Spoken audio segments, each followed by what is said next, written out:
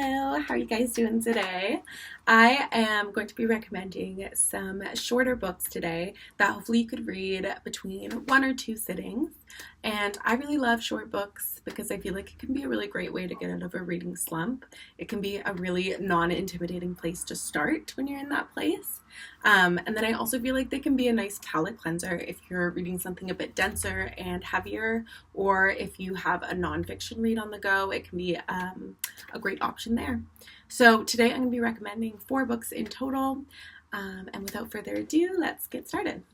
So for my first recommendation, I chose the novel Mammoth by Eve Baltazar, and this is a translated work, and it's translated by Julia Sanchez. So Mammoth follows our protagonist, a woman in her mid-20s living in Barcelona who has this obsession with becoming pregnant, and she almost talks about it in a animalistic sense where the obsession doesn't come from bringing a child into this world. It's that she wants her body to create and to feel that process of gestation. She becomes dissatisfied with the overstimulation of city life, and so she decides to go and isolate herself in the mountains on a farm where she develops a bit of an unconventional relationship with the elderly shepherd that lives there. And through her time here, she goes through this long period of simplification and self-discovery through kind of developing this grit that she never had in the city. Baltazar notes in an interview that she sees her characters as mirror images of herself, and so through writing these characters, she is able to explore these dark and uncomfortable corners of them and by proxy herself, which I thought was a very interesting note. Mammoth is a trilogy series that includes 2 other books, Permafrost and Boulder. They all share similar themes, but to my knowledge, they don't need to be read in any sort of chronological order. This is the only one that I've read so far, although I have heard really good things about the other 2.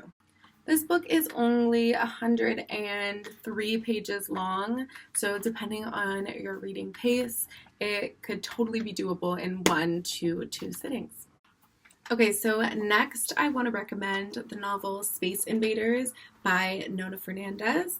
This one is also a translated work, and it's translated by Natasha Wimmer. Nona Fernandez is a Chilean author, and this novel follows a group of elementary school-age children as they begin to come of age during the Pinochet dictatorship in the 1980s.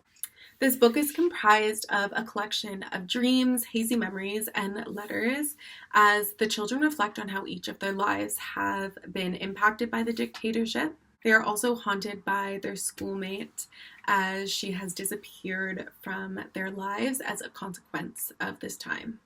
It reminded me a little bit of the Virgin Suicides because the narrator is the collective we as opposed to I, which I find a very interesting and effective narrative tool.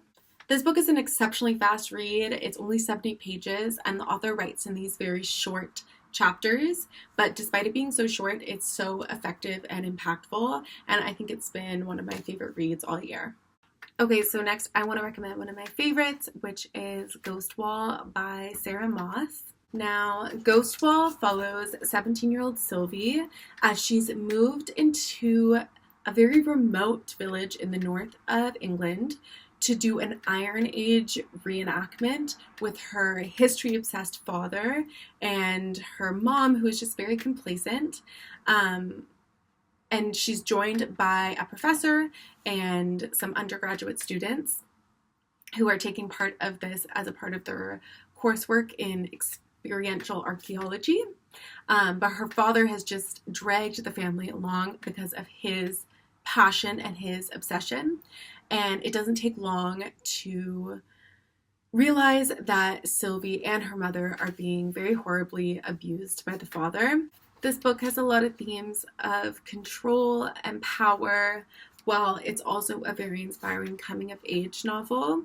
It is my first book I've ever read from Sarah Moss, but I absolutely loved her writing style and characterization of Sylvie. Now, this book is 132 pages long, which I think might be the longest that we have looked at, but it's very plot driven, and so for that reason I think you might just want to read it in one sitting or maximum two, because the plot really drags you in and makes you want to see what happens at the end.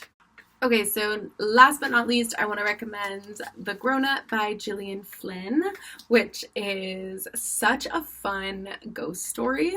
It follows the protagonist who starts working as a fraudulent psychic after she gets carpal tunnel from working at a Happy Endings massage clinic. While working as a psychic, she gets a client who basically wants her to perform an exorcism on her stepson and to cleanse her house of evil spirits.